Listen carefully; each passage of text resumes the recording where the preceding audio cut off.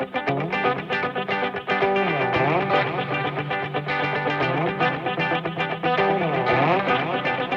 all have heard of these terms, right? Gen X, Gen Z, and millennials, and all of those kind of words. So, how parenting in this generation is different than what our parents did, and how, as parents, we can support our children in the competitive and challenging society is probably what I will take you through in the next 20 to 25 minutes, after which we can have the question answer session. In parallel, as I talk, if you have any questions particularly about my talk or about any topic pertaining to parenting, please feel free to type it in the chat box and we'll take your question answers after my presentation. So you can see this picture which I have put up here, and the reason why I put this up was because definitely a picture speaks 1,000 words, right? So you can see here on the left hand side is the picture where poor kids on the beach have created their own carom board with waste plastic bottle caps and digging up mud on the beach and playing carom. While on the right hand side you can see this girl who is crying because her dad got her a red toy car and not a blue toy car. Right, so this picture on the left hand side had actually gone viral, I think a year ago, because it was shared by Anand Mahindra, who is the CEO of the Mahindra companies. And he also acknowledged the fact that if we teach the importance of values, the importance of the facilities which are available to our children, they would learn to appreciate it better and make use of all the opportunities which they get in a better way. So, like my introduction was given, I'm Dr. Soumya Sri Mayur Kaku. So, all of you know who this man is, right? This is Dr. APJ Abdul Kalam. He was very popular as a rocket scientist. A lot of you obviously are aware that he was the president of India for 5 years. I think in the 2000s, between 2004 to 2009, I think. The below picture here shows President Abdul Kalam playing the Rudra Veena. What made him stand out from the rest of the presidents we have had, or from the rest of the thousands of scientists our countries have produced, are some of these things. He followed a very simple lifestyle. So this is a story which I had heard from my parents, that when Abdul Kalam became the president, even though in the Rashtrapati Bhavan, I'm sure you're all aware that the Rashtrapati Bhavan has around 356 rooms, and it is the largest presidential house in the world, right? So he had a very simple lifestyle. So as a president, even if he was offered hundreds of people to help him out with his daily chores, somebody to polish his shoes, somebody to put his plate, somebody to cook food for him and things like that. He had a really very simple lifestyle, and he actually refused help from all of these people who were appointed to serve him in the Rashtrapati Bhavan. The second most important thing which made him stand out, and of course some of the great achievers of our country stand out, is because they rise with the sun. The importance of this particular concept of rising with the sun is because your body has something called as the circadian rhythm. So your body has various varieties of hormones which are released from various glands which are there throughout the body, right from head to toe.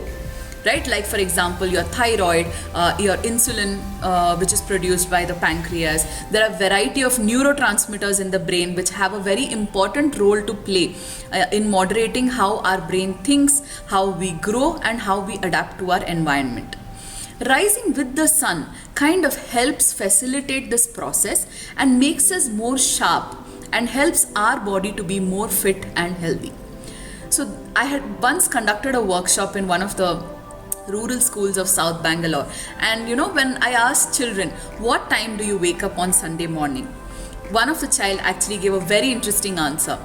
He stood up and said, "Ma'am, I really enjoy waking up early in the morning. So when there is school, I wake up by 6 or 6:30. But on Sundays, I wake up at 6 or 6:30. I wake up my parents and I say, come, let's play, come, let's go out. It's a holiday. And my parents actually say, it's Sunday, just go to bed. We don't want to wake up so early. And if my parents themselves don't want to wake up early, why would I want to wake up early on Sunday? So you understand the kind of impact as parents we have on our children through our ways of parenting, right? I'll come back to this in a little bit more detail in a while. Another important thing which makes Abdul Kalam and other great people stand out is their love for books. Reading is definitely a very good habit. And the reason why I say this is because while we read, we learn various perspectives which other people have given, and in turn this facilitates our ways of thinking.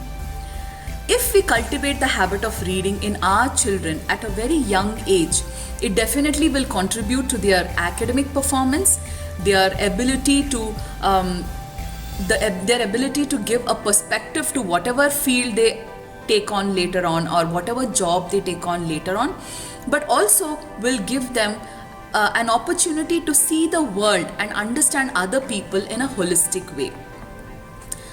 The fourth important thing which made Abdul Kalam particularly stand out is because he used to play the veena.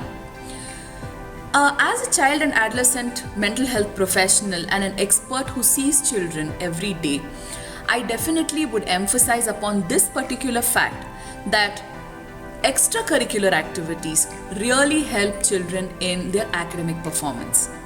A lot of times I have seen parents, as their children, they would have been pursuing a particular co-curricular activity, maybe basketball or singing or theatre, arts or whatever it is. And the moment their children come to 9th grade, 10th grade, 11th and 12th grade, they kind of shift the whole focus of the extracurricular activities onto academics and emphasize to their children that, this is not the year you should be wasting your time doing all these things. This is the time where you should be focusing on your studies. And this, dear parents, I really think is not the right way to take it forward. Maybe you must pursue these extracurricular activities because it kind of refreshes your child's brain and also will facilitate your child to develop concentration abilities, abilities to think creatively in academics as well. And this is what will make them stand out of the crowd than the typical way of just doing academics. Another really very important thing which makes APJ Abdul Kalam a great person is because he did not have television in his house. He did not have television. He never used to watch television in the Rashtrapati Bhavan even when he became the president. And this he himself has talked about in his book. As a child mental health professional, again, I must stress upon this particular fact that in the clinic, in the last decade, because of the revolution of technology, we have seen increased number of cases of young children who are developing varieties of developmental disorders, including attention deficit disorder, autism spectrum disorder, speech delay, and so on and so forth. Older children, especially because in the last 1 year, because of COVID, we are all sitting at home with lot of screen time, nowhere to go outside. And in the last 1 year, we have also seen a very big rise in the number of adolescents, especially high schoolers and college-going children who come to the clinic with problems such as technology and internet addiction. And of course, video gaming addiction is another huge area to be discussed by itself, and it cannot be stressed upon enough about the harmful effects of technology on young children who are growing up when used without moderation. So it's really very necessary as parents for us to be able to teach our children the appropriate use of technology, to be able to help them with balancing this with their academics so that they don't get addicted to screen. So next, coming to what all are the areas as parents you need to be aware and what all influence children are, this is depicted in this picture in a very nice way. So you can see the inner circle is made of family, school and their friends. The most who can influence a child is the family, their school, and their friends. As family, I'm sure you can do what you can do best. As school, I'm sure the school is doing what they can do best. But as parents, our role is also to make sure that our children are able to use the facilities which are being provided by the school, while also making sure that they have the right peer circle. When our children are in high school and college level, peers have a very great influence. So it's very essential as parents for us to teach our children to pick the right kind of friends, to have the right kind of peer circle who can influence your child in a positive way.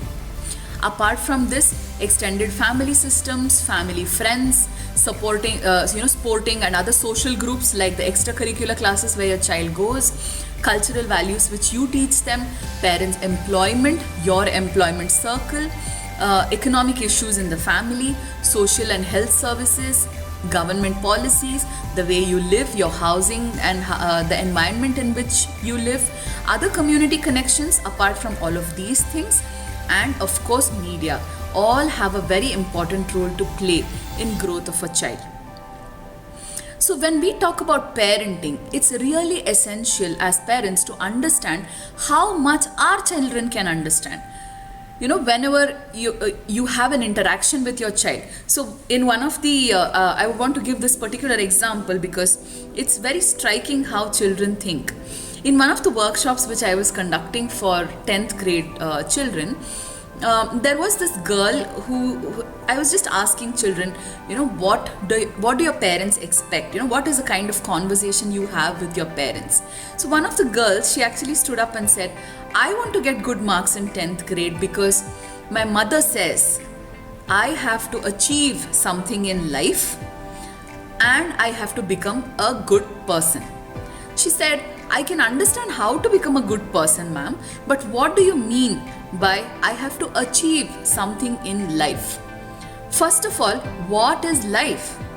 Do you think an 8th grade, 9th grade or 10th grade child will be able to understand the concept of life in the sense we as parents have understood it? No, I don't think so. Adolescence is a period where they're completely confused. They have a lot of hormonal changes happening in the body because of puberty. At the same time, there are a lot of environmental challenges which are going on because of the expectations we have, because of schooling, because of peer interactions. And in this whole process, it's really essential for us to support our children to be able to help them through the tasks which they are expected to do in a better way. So complicated statements such as, you have to do something big in life. If you don't study well now, who is going to, who you are responsible for your future, and statements like these really are not helpful. Understand how much your child can understand and help them through the process of academics, through the process of whatever peer problems they are having, or through the difficulties they are having with school or studies or whatever it is. So it's necessary to understand that zone of development of your child and whatever your child has not learnt yet, to be able to empower your child with those capabilities so that they can learn problem solving skills is what is very, very essential when we are parenting adolescents. So it's necessary for us to identify those target behaviors or skills which we need to imbibe in our children. And talking about it to them once or twice will really not help. So it's necessary for us to follow this training material consistently. And again, whenever they follow it and understand what you're trying to say and follow and perform well, you have to make sure that you reward their performance in some way. So for adolescents, I generally advise not to use materialistic rewards like, you score good marks, I'll buy you an iPad, you score good marks, I will, we'll go to a vacation in Maldives, and those kind of things are not really advised. Probably what you should do is appreciate them socially. Whenever a family friend or any relatives come home, talk about how well your child is behaved or how well your child is doing in studies, and appreciate them as a parent. Maybe you can have like an evening out family dinner because your child did well in school exams or something, but please do not reward them with big materialistic gains. Apart from that, you must also teach them values while you're doing training with academics. One of the most important things as parents of adolescents is that you must make sure that they trust you. So to build trust, first of all, they have to be honest. So they have to share their feelings with you honestly. They have to share with you if they run into some problems. They have to share with you if they run into some trouble. So there was this boy who was brought to me maybe like a couple of years ago. He was from a very elite school in Bangalore, and he was, I think, in 10th grade. And he was a good student in school. There were no issues with the marks or anything like that. But the child was caught by the class teacher in the class because he was sleeping. So the parents were clueless because he's from a very elite school, very elite family background, very well off parents, and doing well in academics and all that. But he was sleeping in the class, and they tried to figure out, they tried to talk to him. He was not able to he didn't come out with his issues. But the father somehow talked to the security guard in the school, right? Who will be standing at the gate and all that. So the security guard actually told the father that during the lunch break, this boy, along with a couple of other boys, would procure alcohol. They would empty their bottles of water, fill it with alcohol, and drink alcohol during class hours. And that was why he was sleeping in the classroom. And this had been going on for more than 6 months. The class teacher never knew about it. Maybe the other children knew about it. They didn't want to say it because maybe he was a bully. I have no idea. But it took a lot of time and a lot of number of sessions for us to work with the child, work with the parents, work with the school, because which school would want to take him back again after finding out that he's sitting in the classroom for 6 months with alcohol in his water bottle, right? So honesty is a really big virtue which we must teach our children. You tell them that I will trust you, I will not punish you if you're honest, but if you don't tell me, then the consequence of that will be much bigger than you revealing your issues with me or talking about your troubles to me immediately. And you should be that kind of parent to adolescents who reciprocates to these kind of needs of the adolescent, right? The second important virtue is respect. So teach them to respect you, and it's also essential for you to respect them as well, because now they are almost going to be young adults. They also have to be taught compassion. So many times, just a simple example is how you celebrate your birthday. So there was this little 4-year-old boy who was our neighbor, 5-6 years ago. And this boy, a 4-year-old boy, right? For his birthday, their parents had, brought a cake for his birthday, for cake cutting and all that. In the middle of his birthday party, he refused to cut the cake, and he was adamant. He started crying and making a big scene because he really liked this Kannada actor Yash, and he wanted his cake with Yash's photo on the cake, like how you see in news, or you see. I mean, he might have surely picked up some of these things from media, right? Of course, a 4-year-old wouldn't know it otherwise. So he wanted a cake like that. And they made the guests wait and ordered a cake like that, got it customized, paid extra money. So what are you exactly teaching your 4-year-old? What kind of virtue, what kind of example are you setting for your 4-year-old? So this is really very important, of the kind of compassion, the kind of sharing and caring which we teach our children. Again, patience. When things are not given immediately, that's another very important virtue which we have to teach our Gen Z children, because I think patience is something which as parents of Gen Z and as children of Gen Z, as a community, we really lack. Again, sharing with others, acceptance of failure, acceptance of reality, all of these virtues are very important. So, India apparently has the highest suicidal rate in the world, though we are not the highest populated country in the world. I mean, if you would argue saying India is also the most populated country, I would argue no, China is also the most populated country. And in fact, more than India, Africa as a continent by itself has more children and adolescents than India, right? So overall, it should be some other country, but we have more suicidal rates because we are not really teaching and putting efforts to teach our children the concept of acceptance, the concept of being imperfect, the concept of facing failures, which itself can lead to bigger problems apart from academics. So like I said, one of the most important things as parents we have to do is be a model for our children. What kind of model are you? Are you the kind of model? So this is, I'll keep giving examples of children who I have seen in the clinic in the past, because then you will be able to relate to normal family circumstances, right? So there was this child who was brought to me. I think he was in grade 7. He was a very bright child, but was just not doing well in academics. So the main reason why the parents came was because he had academic difficulties. So this child, I did an IQ assessment. We got a learning assessment done. We kind of tried to rule out everything: school bullying, school issues. We talked to the teacher. We spoke to his friends, and we really couldn't come up with anything.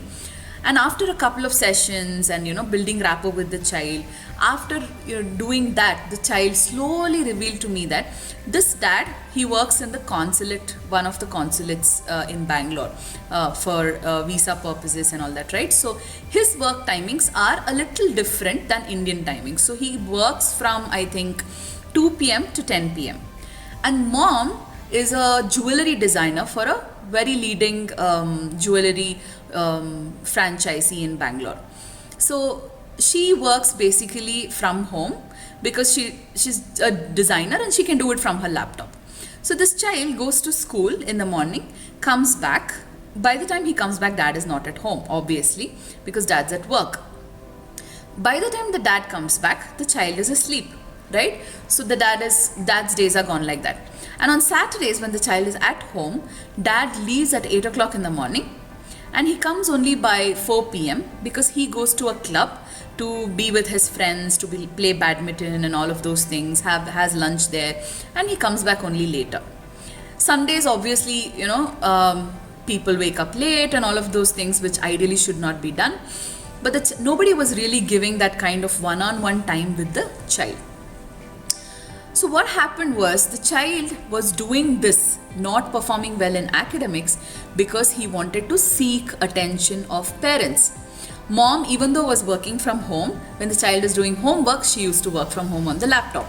So there was no that kind of quality time spent with the child at all, because of which the child had these kind of behavioral issues in the form of academic difficulties. So it's really very necessary for us as parents to figure out what are our priorities. Do you really want to take these kind of challenges later on, or should you put efforts as your child is growing to be able to support them and model them in a positive way? So do a lot of positive reinforcement. Praise your children whenever they do something well. Focus on their effort and not really the outcome. Don't say you got 99. That is not good. You should have got 100 out of 100. You say no. You put lot of efforts. What is the difference between 99 and 100? It's just a mark. Maybe you did a spelling mistake. Maybe it's something else. Maybe your teacher thought it should be written in a different way. Doesn't really matter. So focus on the effort of your child. Be specific when you're making some comment. Don't give generic statements. Like I said, you have to achieve something in life. Those kind of generic statements are not understood. Use simple statements and don't really overpraise. You were the best, you did extremely well, your performance was awesome, and no need for overpraising. Be genuine and be sincere. If you are sincere and genuine, your children also will learn the same thing. Give age appropriate praises and don't compare them with their peers. Shalini got so much marks this time. How come? She's your friend. No, she can study. How come you didn't get so much marks? No. Avoid comparison. And whenever your child is doing good, catch it then and there. Appreciate it then and there. Give them a lot of positive reinforcement. Of course, negative reinforcement is also necessary, but how you do it is really very important. It's necessary sometimes to do it before a task is taken up. Sometimes it's necessary to do during the behavior, sometimes after, or sometimes in the future. But decide what is good for your child. Beating and scolding and those kind of things in adolescence really won't work. Do limit setting. You teach them what is the limit. If you want to use screen, what time is your screen going to be turned off? Are you going to spend money? What is the amount of money that you will be allowed to spend? What is the kind of peer circle you're allowed to have? What are the moral value limits as a family we are all going to follow? And when setting limits, offer choices with consequences and don't make threats and give ultimatums. If you don't do this, you see what I'm going to do. I will do this, that. No, don't give ultimatums. Give them simple choices with consequences. So if you choose this is going to be the consequence. And if you choose that, then something else is going to be the consequence. So this is why limit setting in adolescence is really very important. And again, please make sure that you you moderate screen time, moderate technology time in children, because this is one of the biggest problems in Gen Z kids, as we are seeing in the clinic day in and day out now. Again, as parents, sometimes we tend to go overboard, we tend to get really anxious. Make sure that your child fits with you really very well. So as parents, just sometimes we need to take two or three deep breaths, rewind, and then think about newer strategies which might work with your child. The reason why I'm not really giving general strategies is because everything might not work for everybody. You must understand your child and customize it according to your child's needs. And again, during the pandemic, reassure them, empower them, maintain your own calm. I understand we all have to work from home, and it's a really big burden to be able to balance work, life, your children's academics, the school deadlines and your office deadlines and all of that. But keep the whole home environment calm. You engage them. Make sure you spend quality time with them almost every single day. Manage their emotions. Be aware of what's going on. Educate them and give them a good routine to follow. So I will kind of wind up my presentation in a couple of minutes by these 3 simple prescriptions which as a doctor I can give for parenting the Gen Z. Right? So parents, please argue. Argument is good for health. Argument is necessary as parents. Argument is part and parcel of parenting and a couple's life. But do not do it in front of kids. Please do not have your arguments in front of kids, whatever it is about. Wait for an opportunity when your child has gone to sleep, or maybe when your child is not there. Please, or when your child is attending a class, or whatever it is, do not argue in front of your children. It indirectly affects their mental health and induces a lot of behavioral problems in children. So the beauty of the argument basically is, if you argue correctly, you're never wrong. But make sure you do it in the right way. My second important prescription is work on you. In our busy lives, many times we tend to forget that it's really important for us to take care of ourselves as well. Please work on yourself. Have 1 hour, maybe once a week, even that is good enough, to learn something, your long lost passion, to catch up with some friends, to do something which is making you become a better person, giving you that kind of positive mental health and increases your positive vibes as parents. So please take time to work on yourself. And the third important thing is ask for help. Ask for help for your child if you're running into trouble. Ask for help for yourself if you have any problems. It's not necessary to go to a doctor. It's not necessary to meet a psychologist or a counselor. It's necessary to get that kind of help, even if it's from your parents, from grandparents, from your friend, from your community, whoever you think can give a positive advice to make your situation better. So please ask for help when you think you're in a difficult situation. Asking for help is really not a bad thing. So there's no such thing as a perfect parent. So we'll all try to just be a real one and make sure that we help our children to be positive citizens for the future. Thank you very much for your kind patience, and I'll be happy to answer if you have any questions.